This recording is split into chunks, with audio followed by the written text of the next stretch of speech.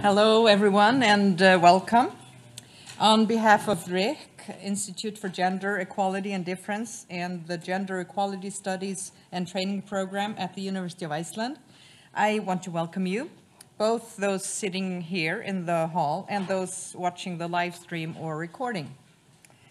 Today's lecture is the fifth in the RIC and guest lecture series, Queer Iceland in an International Context in spring 2022. And it's titled Queer Femininity in the Films of Kristín Jóhannesdóttir. My name is Eyja Margrét Brynjarsdóttir, and I'm a professor of philosophy at the University of Iceland, and I will be moderating the session today. Today's lecturer is Guðrún Elsa Bragadóttir. Guðrún Elsa teaches film theory at the University of Iceland. She graduated with a PhD from the State University of New York at Buffalo in August 2021. Her dissertation, Feminine Aggression and Queer Femininity in Contemporary American Film and Literature, explores indirect feminine aggression and as a creative force in film, literature, and drag performances. Before I give the floor to Guðrún Elsa, I want to mention that after the lecture, we will have time for questions from the audience. Take it away. Thank you. Hi, everyone. This is a bit risky, but I don't have a printer. Okay. So thank you for the nice introduction, Eyja. My talk today is about our ambivalent relationship with femininity and the effects it has on cinematic representation.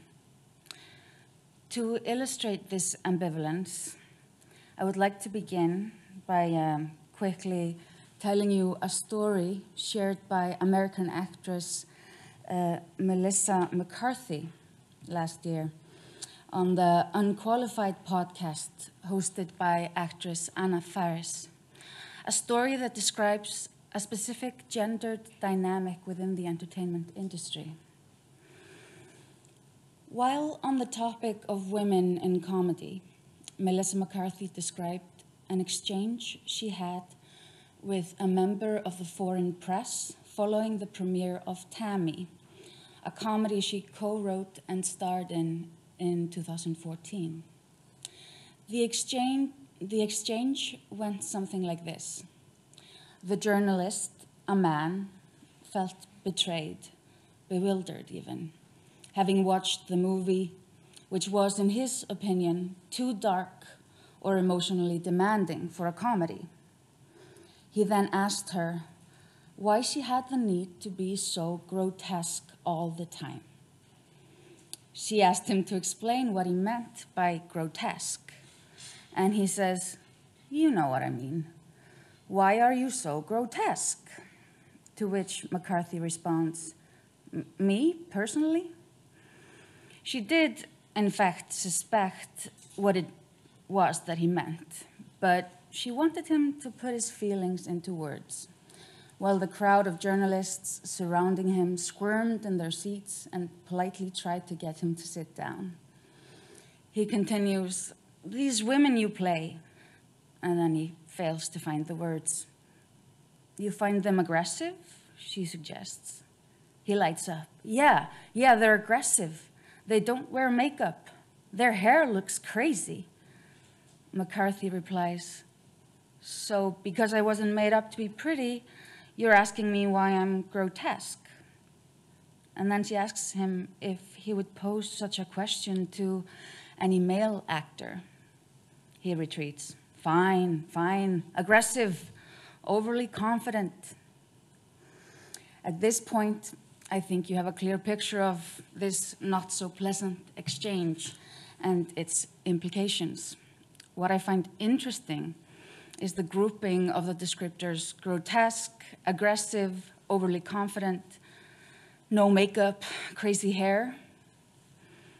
This, to Melissa McCarthy, and I happen to agree with her, suggests an inability to enjoy a woman who isn't being attractive or pleasant to be around.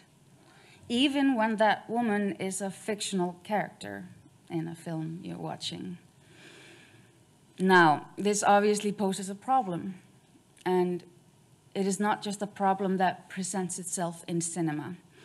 It recalls a debate in the literary world following the publication of Claire Massoud's novel, The Woman Upstairs, in 2013, where during an interview, a journalist asked whether the author would want to be friends with her novel's unlikable female protagonist. In response, Massoud questioned whether a character being likable or not as a friend was relevant to serious literary endeavors, and in turn asked if the journalist would want to be friends with Hamlet, Raskolnikov, or Humbert Humbert, among others. So, how can we make sense of what can only be described as the unbearable, aggressive femininity exemplified by these unpleasant, unattractive, overly confident, unlikable, aggressive, and grotesque fictional characters? The text I find most useful for understanding the ways femininity needs to be controlled or tamed so that it doesn't disturb anyone is Womanliness as a Masquerade by psychoanalyst Joan Riviere, published in the International Journal of Psychoanalysis in 1929. This is one of my favorite texts, one which I love having my students read, since even though it was published almost 100 years ago, they still relate to the experiences described in it, however depressing that notion may be. Womanliness as a Masquerade deals with the type of femininity which is performed to put people at ease, a feminine performance which serves to soften those traits that might make a woman seem aggressive or threatening, like no makeup, crazy hair.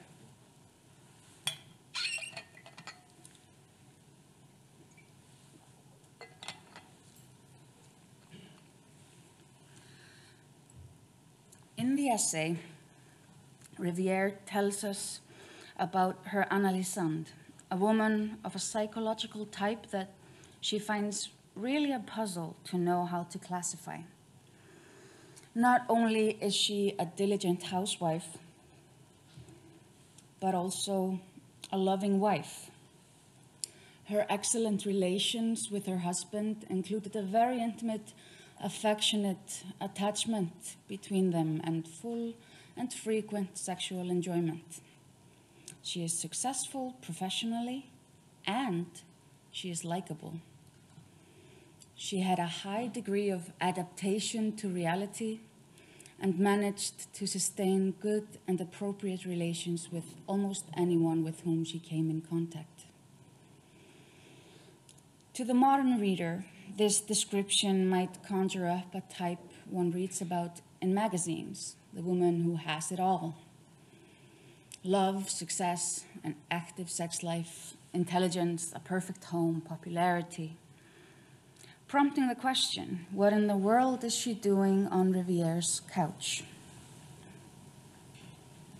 As anyone who has read Gillian Flynn's thriller Gone Girl might expect, there is more to this woman than meets the eye.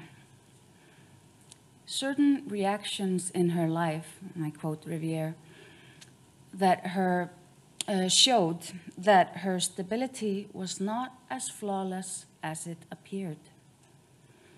And Riviere continues to point out that despite her, quote, unquestionable success and ability, she had been experiencing anxiety, sometimes severe anxiety, after public speaking, causing her to become obsessed by a need for reassurance, which led her compulsively on any such occasion to seek some attention or complimentary notice from a man or men at the close of the proceedings in which she had taken part or been the principal figure. Even more than compliments, she craved, quote, indirect reassurance of the nature of sexual attentions from these men. In other words, she gave a lecture and then proceeded to flirt aggressively with her male colleagues afterwards. The problem to be explored in analysis was the illogical way she conducted herself on these occasions, at least in the mind of Rivière. Why is she flirting so much when she's such a good professional woman? She doesn't need to make up for anything, right? The incongruity of this accomplished woman's flirtatious behavior around her peers following an impressive intellectual performance.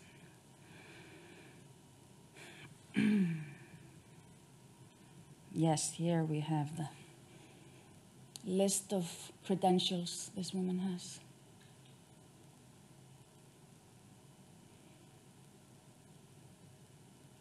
And it's important to keep in mind that this is published in 1929, and it's kind of amazing that this is such a great housewife and wife and lover, and then also really smart.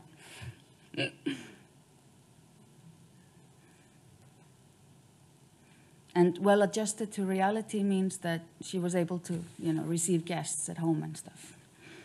She was not making any social faux pas.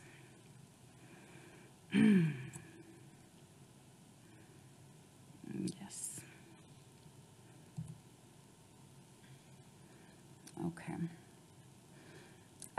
During analysis, Rivière finds that the root of the problem lies in the aggression the analysand harbors towards the men in her life and in her workplace. She bitterly resented any assumption that she was not equal to them, and in private would reject the idea of being subject to their judgment or criticism. Her resentment, however, was not openly expressed. Publicly, she acknowledged her condition of womanhood. This is a favorite phrase of mine. So what is this scary sounding, possibly lethal condition? On one level, it is simply the place occupied by a woman or anyone taking on the feminine position within a male-dominated society.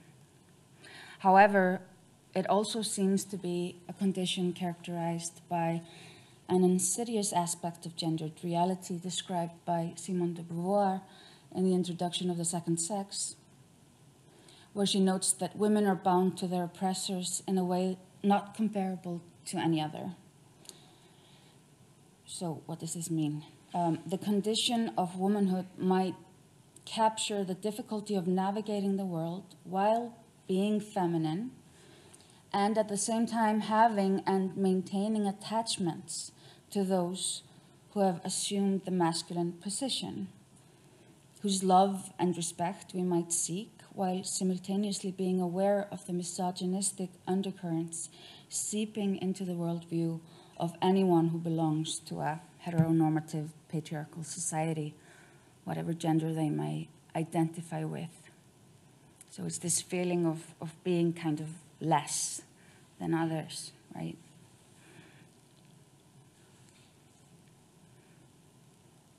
In other words, the condition of womanhood is one in which one lives with ambivalence, the conflicting feelings of love and hate, which entails being inhibited in expressing aggression to the extent that its targets need reassurance, a clear indication of non-threatening, pleasing femininity.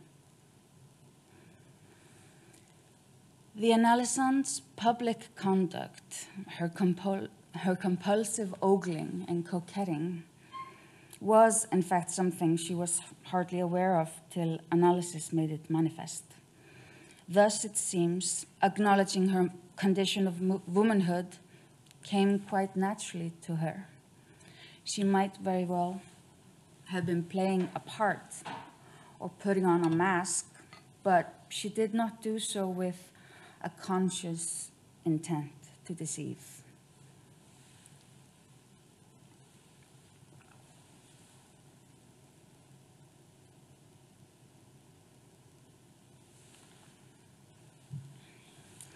The aggression she feels clashes with other aspects of her life.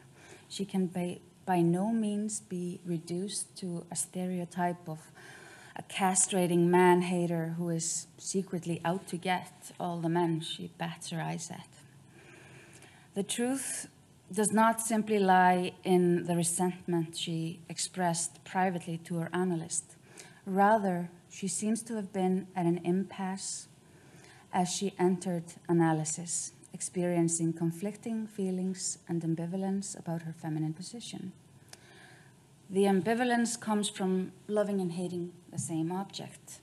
She desires the approval of her male peers because she likes and respects them, while at the same time loathing her position in a society in which she is not equal to them.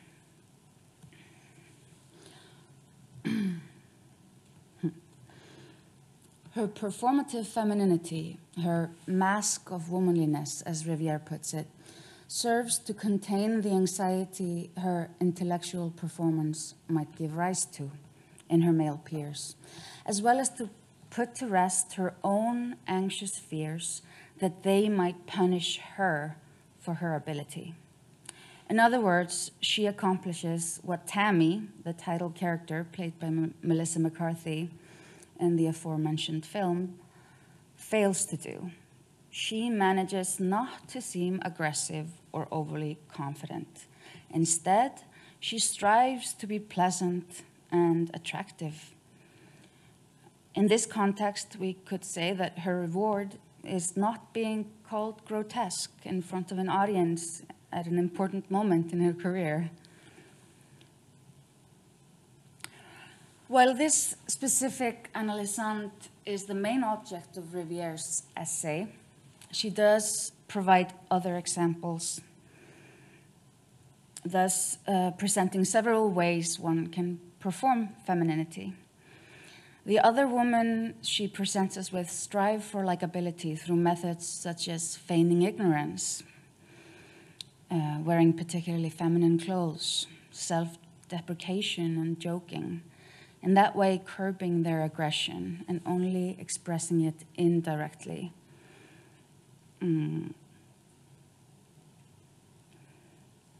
One housewife, she discusses, hides all her technical knowledge when a builder or an upholsterer is called into the house, and then points out what he should do as if they were lucky guesses.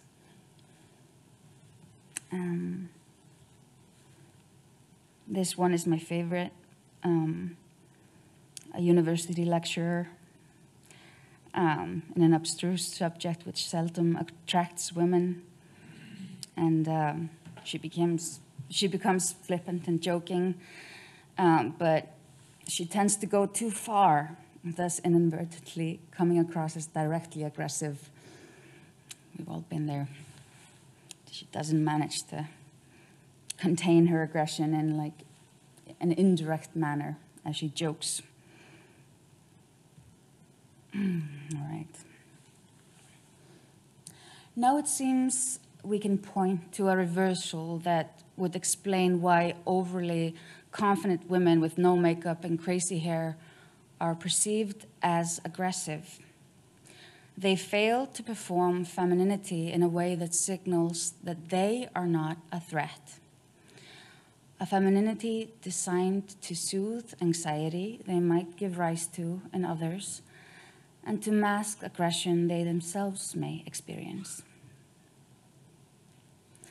Anxiety and aggression are also an important part of Laura Mulvey's foundational text in feminist film theory, visual pleasure, and narrative cinema. published in Screen in 1975. In her essay, Mulvey introduces her by now fundamental concept of the male gaze as a way of patriarchal control of femininity. This is a gaze that either fetishizes the image of woman or punishes her for her excess, or both, and thus rarely allows any unlikable or aggressive femininity onto the screen. Mulvey's focus is on specific ways of looking that are inherent in classical cinema and vital to the pleasure it provides. She uses psychoanalytic theory that had been evolved for the analysis of the individual psyche and applies it to the workings of a collective fantasy. The gaze plays into pre-existing patterns of fascination already at work within the individual subject and the social formations that have molded him. Thus, the pleasure it provides is reassuring, the comforting pleasure of the masculine position, which through the male gaze has done its utmost to repress any anxiety femininity might give rise to. You all know the male gaze. I still cannot help giving the example I like to use from King Vitor's Gilda, which I suspect you might also know.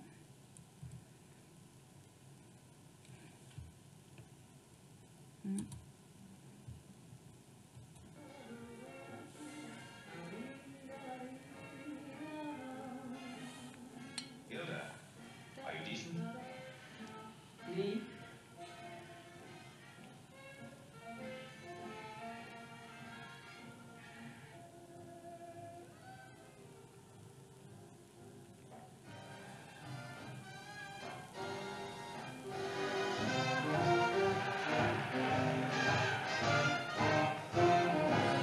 When they had the earthquake in San Francisco back in 1906, they said that old Mother Nature was up to her old trick. That's the story that went around, but here's the real lowdown. Put the blame on Maine, boy. Put the blame on Maine. One night she started to shim and shake. That brought on a Frisco quake. So you can put the blame on Maine, boy. Put the blame on Maine. They once had a shooting up in the Klondike when they got Dan McGrew. Folks were putting the blame on the lady known as Lou. That's the story that went around, but here's the real lowdown. Put the blame on Maine, boy. Put the blame on Maine. Maine did a dance called the Hitchy Coo. That's the thing that slew McGrew. Put the blame on Maine, boys. Put the blame on Maine.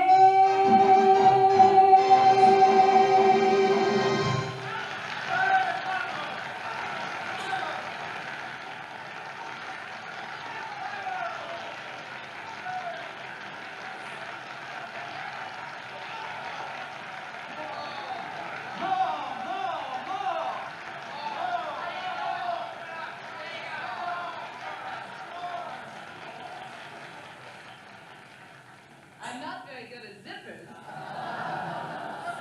But maybe if I had some help. I'll help you. I am an expert.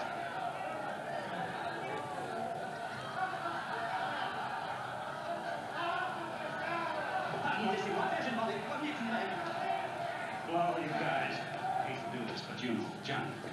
Leave me alone. Come. I cut the clip before he slaps her. This is enough. This is a very good example of the way the gaze functions to fetishize and punish the woman on screen. And we as audiences, as viewers, are trained to take up the men's kind of perspective on the woman. It doesn't matter which gender or sexuality we might belong to. We are trained to look at the woman through the male gaze. So the next clip will confuse you. So as to emphasize the effects of the male gaze in this classic example, I would like to contrast it with a very short clip from Miranda July's Kajillionaire, released in 2020. In the scene, we see the film's protagonist, Old Dolio, portrayed by Evan Rachel Wood, dancing in front of Melanie, played by Gina Rodriguez, who stares at her in amazement with love in her eyes.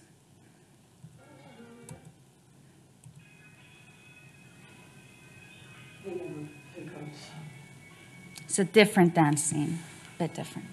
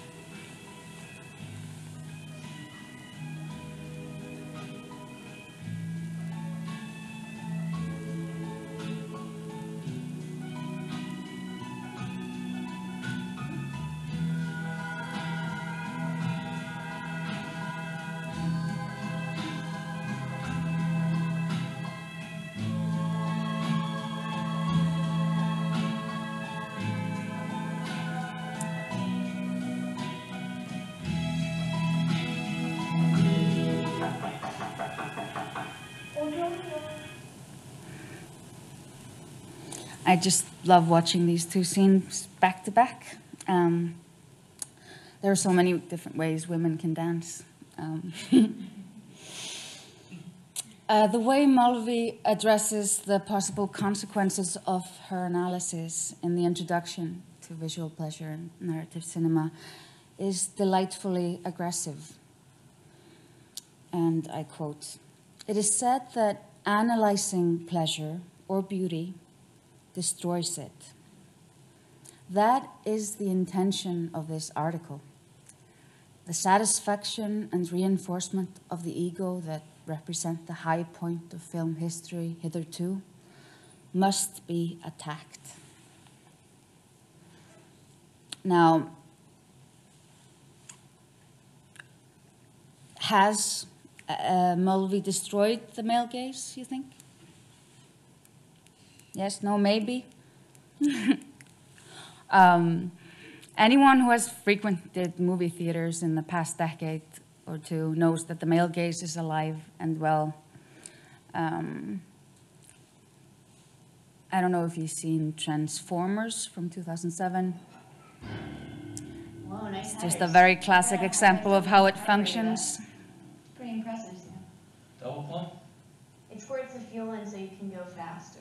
Oh. I like to go fast. It looks like your distributor cap's a little loose. Yeah? How'd you know that? My dad, he was a real grease monkey. He taught me all about this. I could take it all apart, clean it, put it back together. That's weird. I just wouldn't pay you for mechanical. Well, you know, I don't really broadcast it. Guys don't like it when you know more about... She's performing femininity perfectly in this scene. So, but you do see that the man we are identifying our gaze with, he makes a little joke to make us feel more comfortable. So we are aware. We have the ironic distance too. We're in on the joke. So it could be said that taking simple enjoyment in visual representations of women has become increasingly difficult, and for many, an experience fraught with ambivalence. A great number of us are all too aware of the male gaze permeating dominant images of femininity. And yet, it can feel almost impossible to look away, partly due to a perceived lack of options that resigns viewers to an ironic critical distance and complacency with slight superficial signifiers of diversity. That having been said, there have been gradual, albeit painfully slow, and at times regressive changes in visual representation of women since the publication of Visual Pleasure narrative cinema, which have made different portrayals of femininity possible. Perhaps we have come closer to accomplishing the project of feminist cinema as it is defined by Teresa de Lauretis in her 1984 book, Alice Doesn't, which proclaims the task at hand to be to construct another object of vision and the conditions of visibility for a different social subject. Although constructing another object and the conditions of visibility for a different social subject might, of course, translate as destruction of visual pleasure for those who are used to being sutured into the narrative film, those who have grown accustomed to the normal, i.e. heterosexual, cis, male construction of the gaze, and take its pleasures for granted, might experience it that way as a destruction of pleasure. At this point, I would like to draw attention to the fact, and go back a little, to the fact that Joan Riviere and Laura Mulvey's texts, along with Melissa McCarthy's stories, bear witness to the reluctance to make room to explore aggressive femininity, whether it be in social contexts dominated by heterosexual, white, cis men, or within a movie industry which is dominated by the same group. I am not referring to violent or monstrous women, those who haunt horror movies and psychological thrillers, evil creatures that must be terminated by the end. The polite word for the women I'm referring to is challenging. And by that, I refer to women who either fail at the feminine masquerade or reject it altogether, but are still, in my opinion, worth exploring in the realm of fiction. For some reason, there's plenty of room for masculine aggression in movies, which you can catch in a cinema near you tonight, the Batman and etc. And this is why I get giddy with excitement when I come across representations of femininity that resist the male gaze in any way, not to speak of those that allow for feminine aggression, all the uncomfortable expressions that the mask of femininity seeks to cover up. And as an excellent example of an exciting representation of femininity and women, I wanted to talk to you a little bit about Alma by Kristín Jóhannesdóttir, and kind of building on what I've been talking about in relation to feminine aggression and aggressive women characters. So, as she escapes a mental institution, the main character of Kristín Jóhannesdóttir's Alma asks the simple question of how to live among men.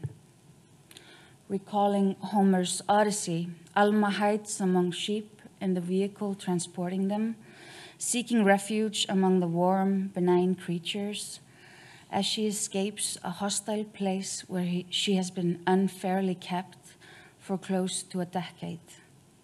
How many of you have seen Alma here?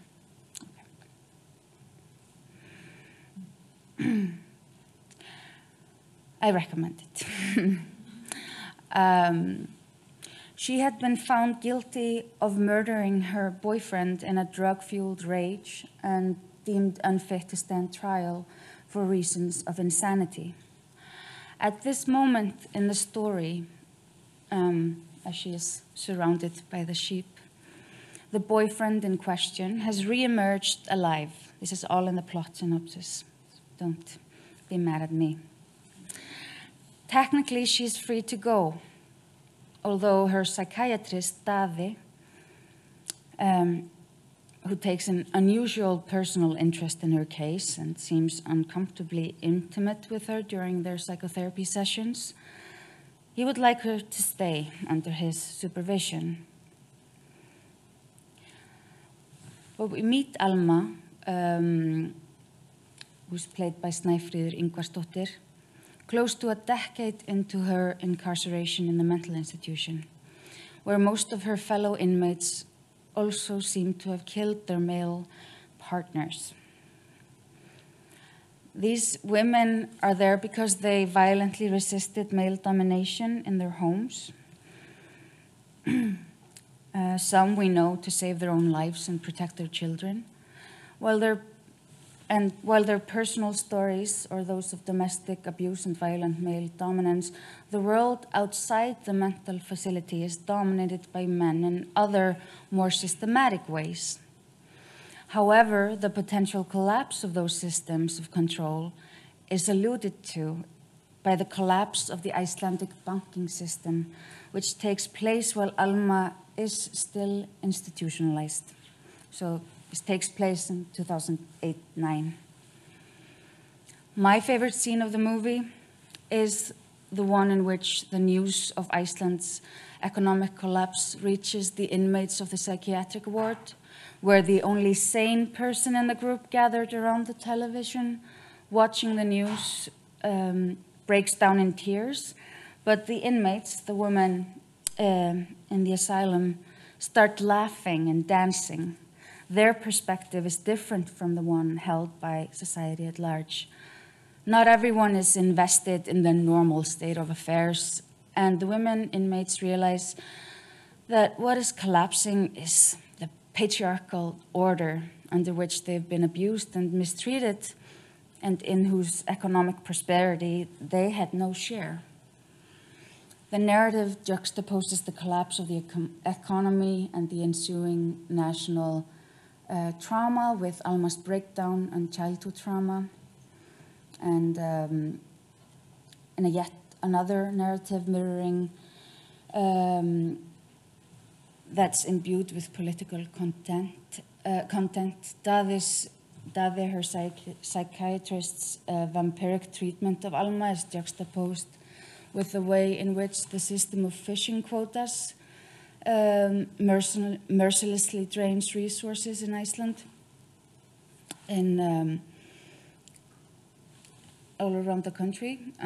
So when Alma has escaped back to her seaside town, is out of the asylum, she's greeted by her grandmother, who isn't happy about her getting into so much trouble because of a boy. She's been away for 7 years because she was accused of murder. And her grandmother's partner is there as well. Their livelihood is being threatened. They have the fishery in town, and they have no intention of letting anyone other than Alma have it. But there are men coming from the capital, both the psychiatrist, Daði, who wants to get Alma back into the asylum. He is kind of a vampire in the text. And then the men who want to take advantage of the collapse and buy the fishery. So there is these men trying to gain control over the women in this town.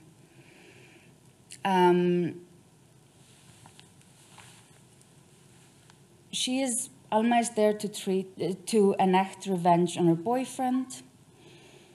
if she can get her hands on him, determined to enact revenge for the years spent imprisoned by killing him. "You've already served the time," a girlfriend of hers responds when told of the plan. The flippant humor between the two friends is an example of the way both pain and aggression seeps into the film.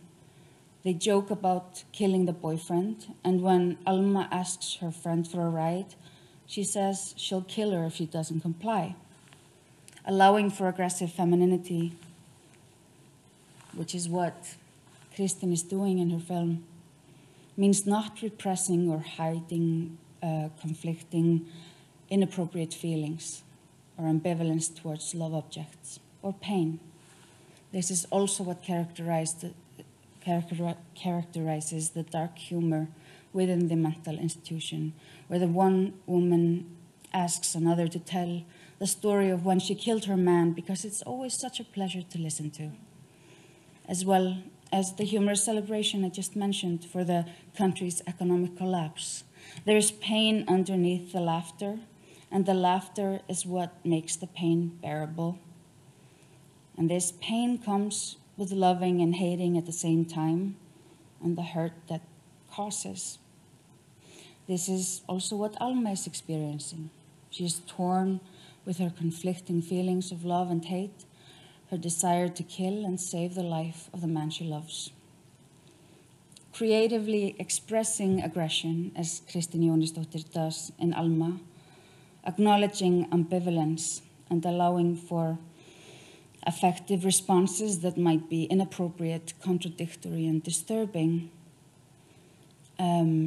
results in queer femininity that might alienate some, but those who see it and love it deserve to have it. Thank you so much.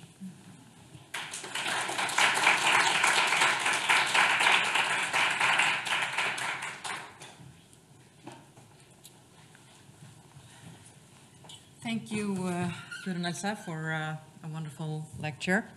We have time for some questions now, and I'm going to pass a microphone around that I'm going to ask people with questions to speak into, so that the people on the other side of the computer screen can hear.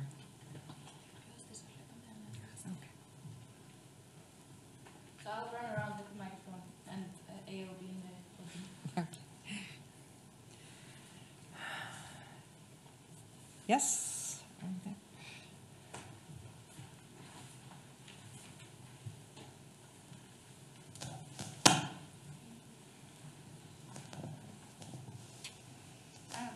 Thank you. So my question is, how do you define femininity?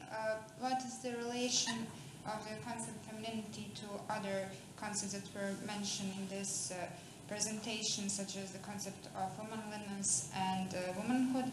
And you already spoke about this, but maybe you can summarize the relationship from your understanding of femininity to aggression. Mm-hmm. Thank you. These are really big questions. Thank you.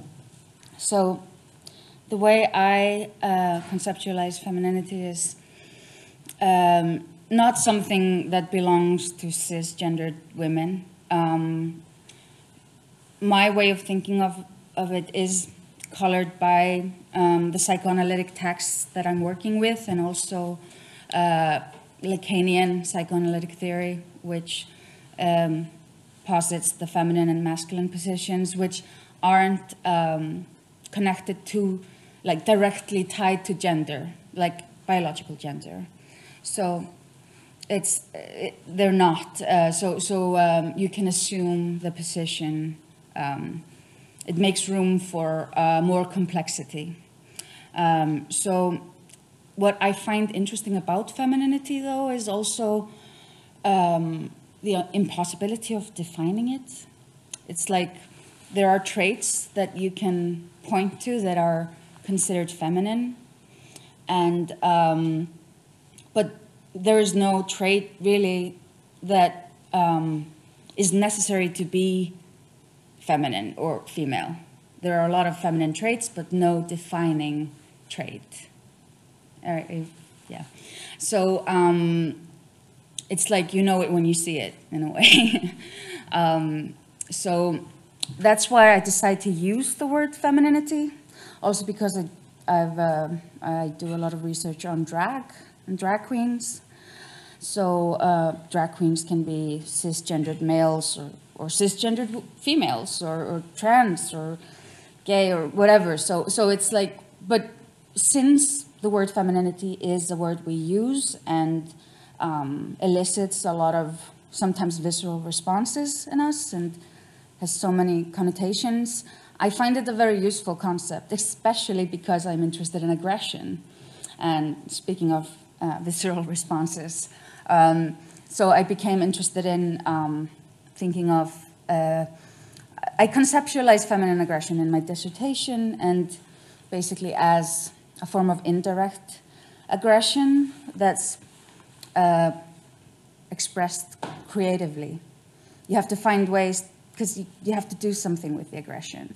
But this is a psychoanalytic understanding of aggression, not as violence towards another, but as like a part of just human functioning. And in love, there's also aggression. So it's more of like an kind of energy that kind of we find the way to let out through jokes, for example, or flirting or whatever. Yeah.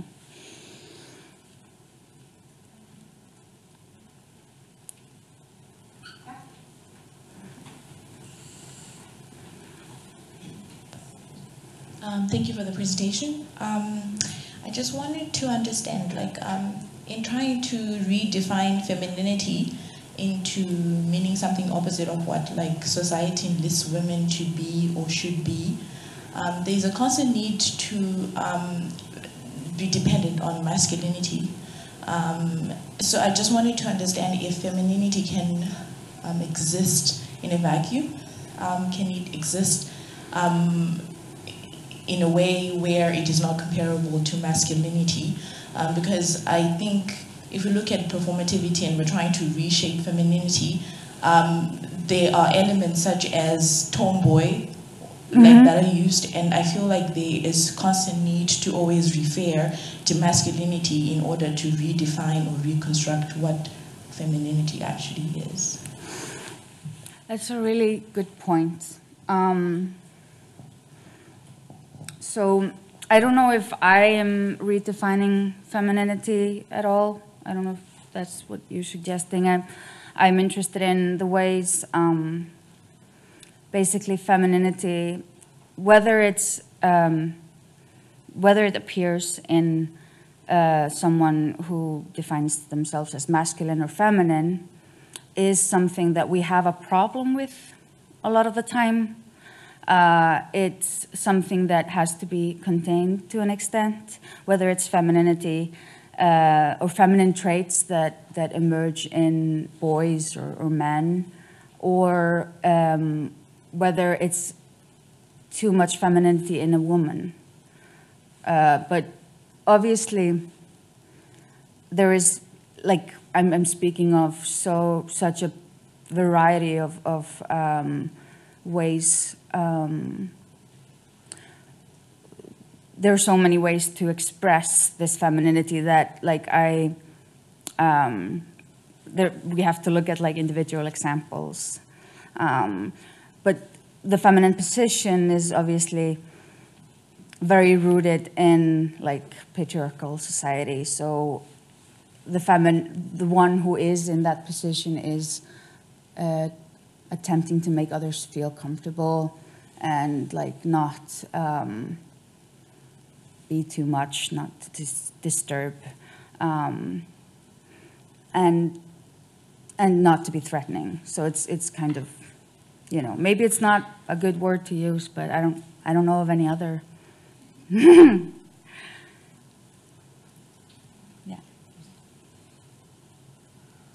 Thank you for the presentation. Hello. My name is Asta, and I want to go a little bit back to the beginning of your talk, where you took this striking example from Melissa McCarthy's account with the journalist and the uncomfortable questions he was asking.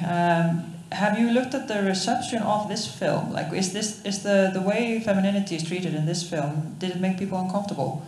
Have you seen any responses or reviews or anything about that?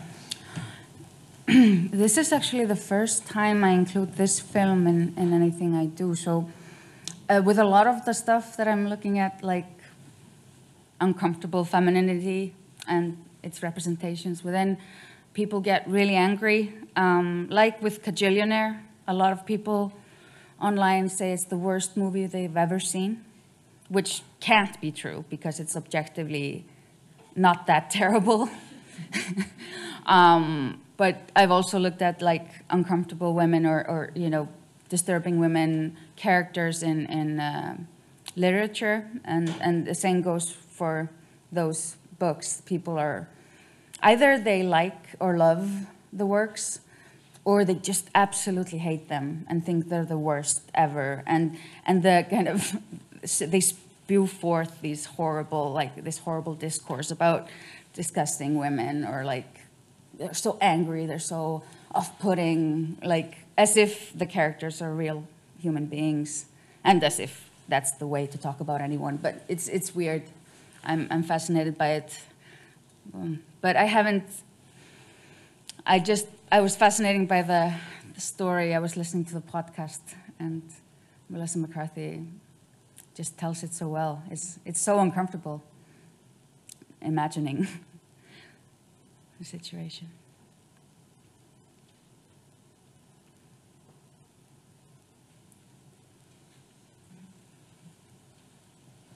Hi, yeah, I was also just curious to know if you'd thought about the possibility of using the concept of feminine aggression to look at some other, like, Icelandic contemporary films or something. It's interesting to think about Melissa McCarthy and then Alma, for example, because, I mean, she comes from such a particular, like, comedic mainstream thing. Yeah. So maybe the context in that sense also affects, you know, Alma is this arty film. I wonder if there's more space inside that genre for female aggression, for example, than in like mainstream films where also Melissa McCarthy is not thin, which I guess must be a part of the of the problem there.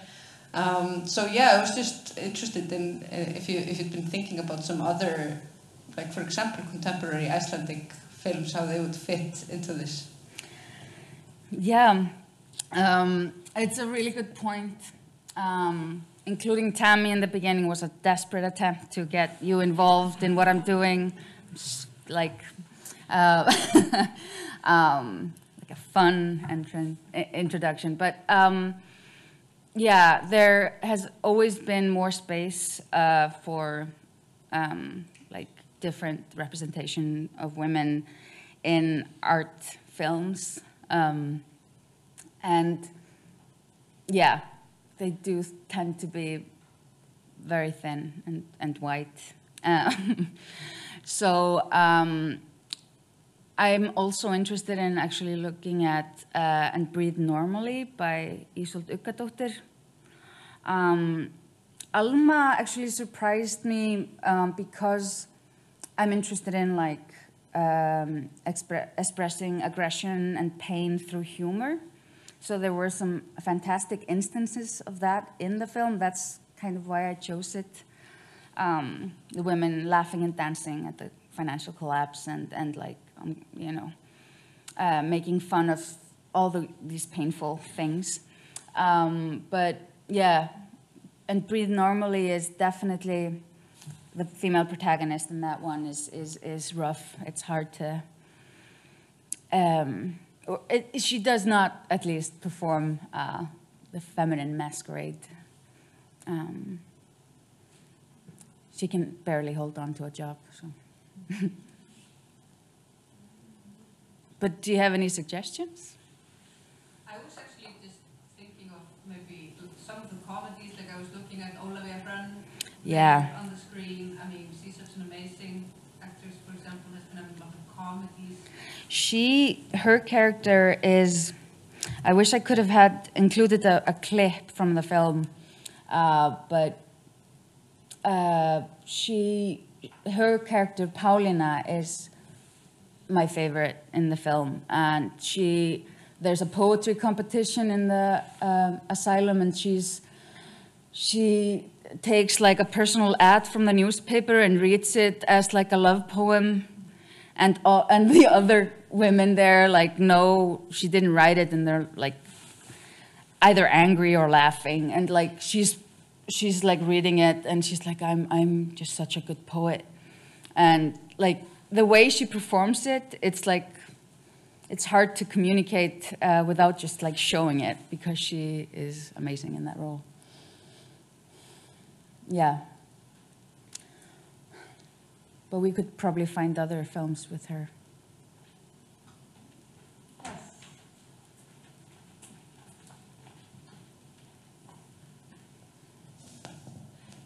Hi, thank you for your talk. I was wondering if you had looked at Alma movie in relation with previous works of Kristín Jóhannesdóttir. I'm thinking, for instance, of her theatrical work of The House of Bernharda Alba by Lorca, where the main character of the mother was played by a man, a very aggressive part. Have you considered that? That sounds very exciting. No, I haven't done that. I have looked at her other feature films, and those have very interesting depictions of like femininity, and those worlds, the worlds of those films are kind of almost untethered to patriarchal control at times, and have a lot of missing male-like figures in it. So, no, but looking at the theatrical work would be really interesting as well. I think we may have time for one more question, in case someone has a burning question.